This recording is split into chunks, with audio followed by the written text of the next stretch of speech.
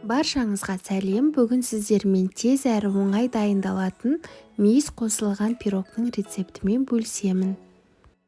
Видеоны соңына дейін көріңіздер.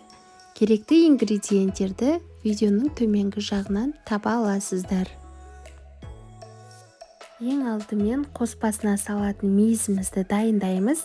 Мейізге қайнаған ыстық суымызды құйып, 5 минутқа қалдырамыз. 5 минут өткен соң қағаз сүлгіге мейіздерімізді жайғастырып кептіреміз.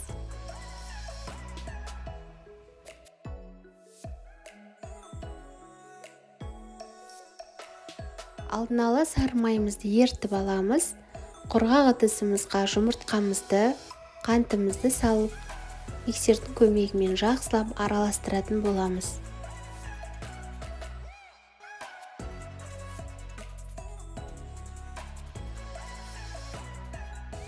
Массамыз 2-3 есеге ұлғайып, осылай ағарғанша жақсылап миксерлейміз. Үстіне ерітілген сары майымызды құямыз. Және тағы да миксермен араластырамыз.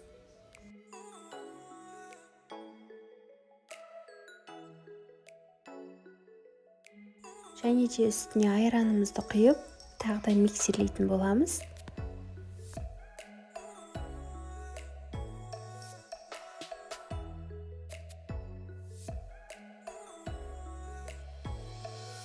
Ұнымызға разрыхлитель салып араластырып, електен өткізілген ұнымызды ыдысымызға саламыз.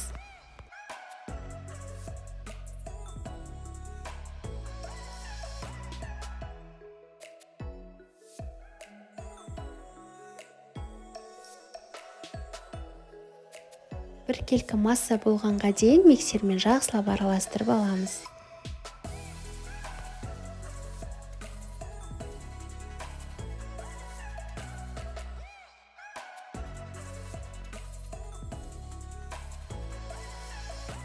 Міне бізде осында қоюлықтағы тесто шығатын болады.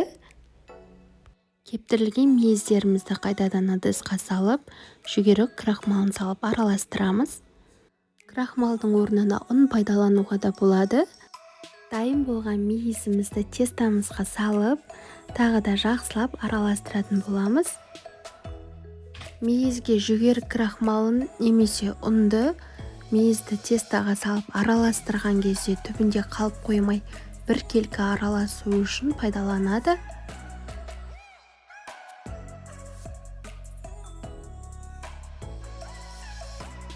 Біздің тестамыз дайын болды.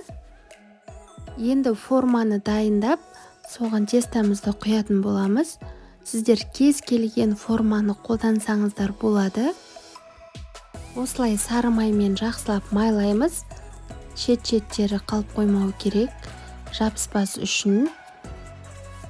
Және де тестамызды формаға құйып жақсылап тегістейміз.